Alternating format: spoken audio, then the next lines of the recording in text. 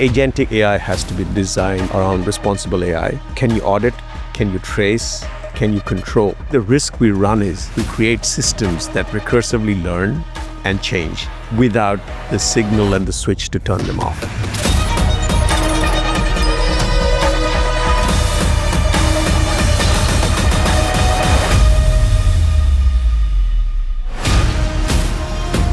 Ahmed Mazhari is the former president of Microsoft Asia and now the founder of Singapore-based AI startup Agéntica. In this episode, we explore why the era of simply searching for answers is over. Technology is moving beyond generative AI to tools that actually do the work, acting as a teammate that perceives problems and executes solutions in real time. Find out how agentic AI is changing the way we build, manage, and grow the modern enterprise. Ahmed, now you have moved from steering a massive ship at Microsoft to then launching a speedboat, I think is the best way to describe it, at Agéntica. And you call Agéntica that intelligence layer. I would love to know a little bit more about that. What exactly do you mean by the intelligence layer? The intelligence layer is a connection between human actions and human intent. And it's an ability to enable the human or humans to make better decisions. I mean, if we step back and think about what enterprises are built around, enterprises are actually built around functions because they're built around hierarchy. They're not built around knowledge. And if you compare it to the learning of an individual, a child that's born learns from observability. And that observation happens in good times and bad times, at school, at home, with friends, in social connections, with music. Those are in many ways not connected systematically in an enterprise. And our intent is to ensure that we're able to bring the signals that happen in an enterprise to the action that needs to be taken today, in an effort to change the metabolism, right? How do we change the metabolic rate of an enterprise? You change the metabolic rate of an enterprise by bringing more information, more insight. But finally, the human makes the decision, and that's the human in the loop. So tell me a little bit more about this concept of metabolism then. Metabolism, no different from humans. I mean, if you think about when the printing press came in, what is the printing press? The printing press is knowledge. What is AI? AI is knowledge. What was electricity? Another general purpose technology. It changed the pace at which we worked. So we clearly see AI as a general purpose technology which has the ability to significantly change the pace at which enterprises work. And that's what I call metabolism. I have to ask, why would you leave such a big organization and then say, okay, I'm going to go do my own thing?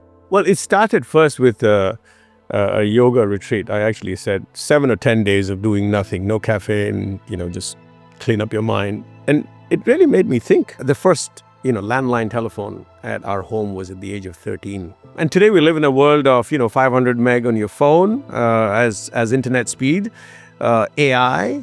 Like, where in the world would you have seen that from the landline for like 30, 40 years? So much change. So I asked myself, I said, look, I never had the courage, the capital, the capability, the expertise, or the experience to participate in anything earlier. I was still in the phase of, I have to find and create a foundation of learning and confidence. I can't miss this. I can't miss this. I got to try it. Incredible. So then when we go back to the layman and their perception of AI, a lot of people see it as predictive. Guess is the next word or number maybe, but it's there to help supplement. You talk about that human intent. Can you explain that difference then maybe succinctly for me between that? The AI intelligence layer in many ways is to help the enterprise understand and connect dots about stuff that, for example, if you say, let's not pay the invoice, the AI understands that as an action that needs to be taken, right? If you look at the agentic layer, and if you have taught the agentic layer, because agentic is about agency. What is agency? Agency is accountability, auditability, traceability, and reliability, right? So if you can teach your agent, so when you say, please do not pay the invoice, the next prompt they will ask you is, when would you like to pay it? When you say, well, when the cash flow is ready for payment, then the agent knows that it has to go and check for the cash flow. According to recent reports, generative AI could add trillions of dollars in value to the global economy annually. Asia is currently leading the charge in deployment, with markets like India and Singapore adopting AI tools at a faster rate than many Western counterparts. However, the challenge remains, moving from pilot programs to actual enterprise-wide value. Can you maybe give us a very concrete example of a task that maybe a standard LLM like ChatGPT just can't do and cannot, that an agent actually can? If you were a company that was shipping a very critical product that was passing by the Suez Canal, right? In today's world, that is static information lying in a supply chain system if you've not used an agentic layer. But if you program your agentic layer to say, look, for all critical shipments, I want to overlay geopolitical risk. So now your system is going through geopolitics and saying, by the way, your shipment is in the Strait of Gibraltar. It will hit the Suez Canal in X hours, but there is this risk that we could get impacted by. If it shuts down, our shipment is stuck. Do you want to make a change? Now you as human in the loop then can make a decision. The bot or the agent is not making the decision. The agent will recommend based on insights. But does that also leave us open to mistakes? I know this sounds very negative, but is there a chance where it will make a mistake and whereby that mistake may be irreparable, where potentially millions of dollars get transferred to the wrong account? Or maybe if we take too much of a hands-off approach, we leave it to the AI and that is at our detriment? I think human agency and human intent are very critical in the age of AI. Our advice is that AI has to be designed around responsible AI.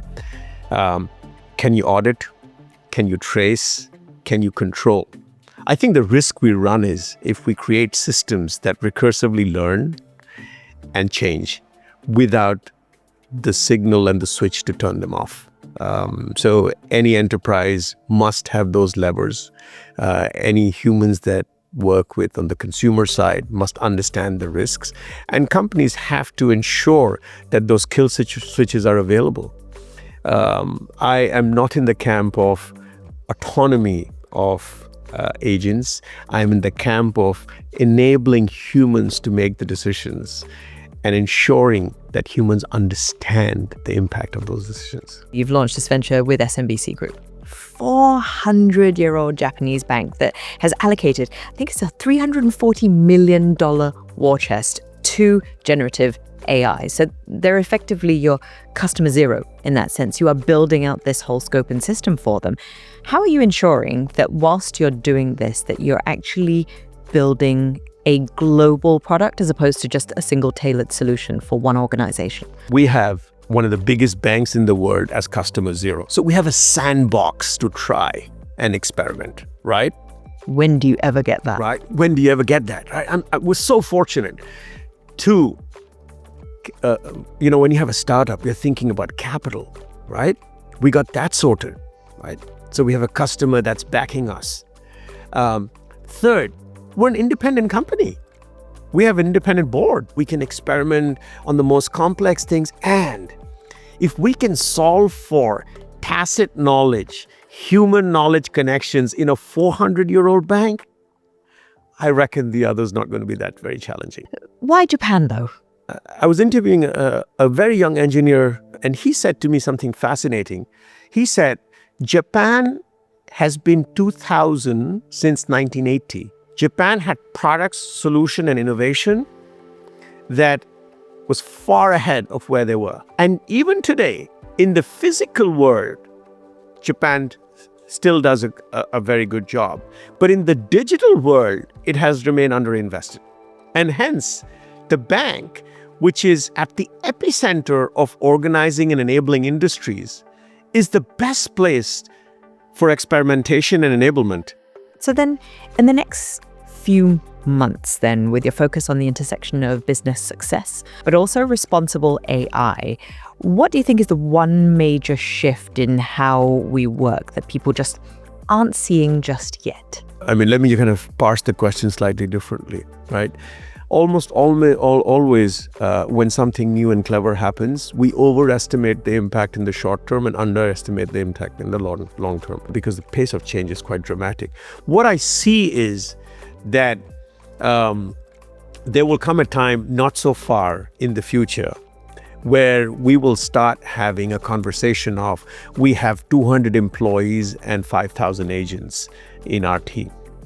And there's actually a pharma company in the US who has named their chief HR officer as also the chief AI officer, because their thinking is that AI is capacity, capability, right? Just like humans. The most critical aspect is, you said it in your question, responsible AI. Is it guardrailed, right? Is there auditability? Can you look at the action log? Can you define what intent? Because the difference between, look, if you think about it, the difference between age AI and human is intent, right? Yes. And conscientiousness. We do certain things because of conscientiousness, right? That agents and AI cannot. Remarkable. Thank you very much. Thank you, Kelly. A fascinating look into the mind of a founder who has seen the industry from the very top. A big thank you to our special guest, Ahmed Mazhari, founder of Agéntica. You've been watching I See Your Trade, brought to you by IC Markets. Trade up to IC Markets. We'll see you next time.